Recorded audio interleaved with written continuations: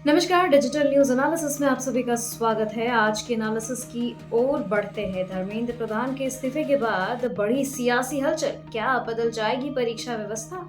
क्या एक मंत्री के इस्तीफे से देश की परीक्षा व्यवस्था में बड़ा बदलाव आ सकता है? क्या लाखों छात्रों की मांगों और लंबे समय से उठ रहे सवालों के बाद अब सरकार नई दिशा में कदम बढ़ाने जा रही है?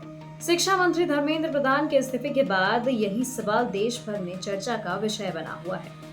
संसद से लेकर राजनीतिक गलियारों तक इस मुद्दे पर बहस तेज है कि आखिर पूरा मामला क्या है और आगे क्या हो सकता है। शिक्षा मंत्री धर्मेंद्र प्रधान के इस्तीफे के बाद केंद्र सरकार परीक्षा व्यवस्था में सुधार की दिशा में तेजी से काम करने की तैयारी में है। नीट और अन्य प्रतियोगी परीक्षाओं में कथित अनियमितताओं और पेपर लीक के मुद्दे पर लंबे समय से छात्रों का विरोध प्रदर्शन चल रहा है। इसी बीच यह मामला राष्ट्रीय राजनीति का बड़ा विषय बन गया है। सरकार का कहना है कि परीक्षा प्रणाली को अधिक पारदर्शी, सुरक्षित और भरोसेमंद बनाने के लिए नए कदम उठाए जाएंगे। दूसरी ओर विपक्ष इस पूरे घटनाक्रम को सरकार की जवाबदेही से जोड़ते हुए लगातार सवाल उठा रहा है। संसद में भी परीक्षा सुधार को और नए कानूनों को लेकर के चर्चा जारी है, लेकिन कहानी यहीं खत्म नहीं होती है। पिछले कुछ समय से कई प्रतियोगी परीक्षाओं में पेपर लीक और परीक्षा प्रक्रिया को लेकर सवाल उठते रहे हैं। इन घटनाओं के बाद बड़ी संख्या में छात्रों ने प्रदर्शन किए और परीक्षा प्रणाली में बदलाव की मांग की है। इन आंदोलनों के दौरान सोशल मीडिया पर भी व्यापक अभियान देखने को मिला है। कई छात्र संगठन और सामाजिक समूहों ने पारदर्शी परीक्षा व्यवस्था, दोषियों पर सख्त कार्रवाई और भविष्य में ऐसी घटनाओं को रोकने के लिए मजबूत कानून की मांग की है।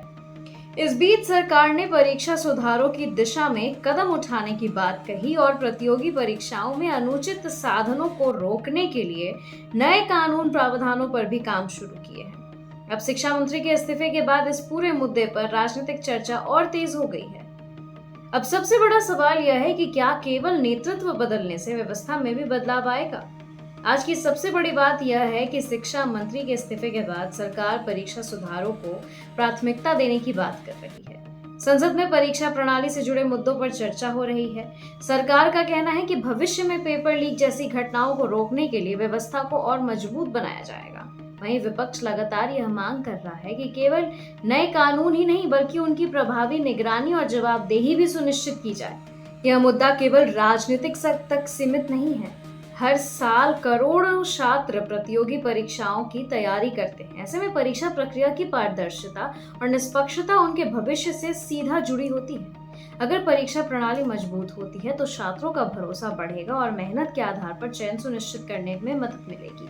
वहीं यदि सुधार प्रभावी ढंग से लागू नहीं होते तो ऐसे विवाद दोबारा भी सामने आ सकते हैं। इसी वजह से छात्र, अभिभावक, शिक्षाविद और राजनीतिक दल सभी इस विषय पर नजर बनाए हुए हैं।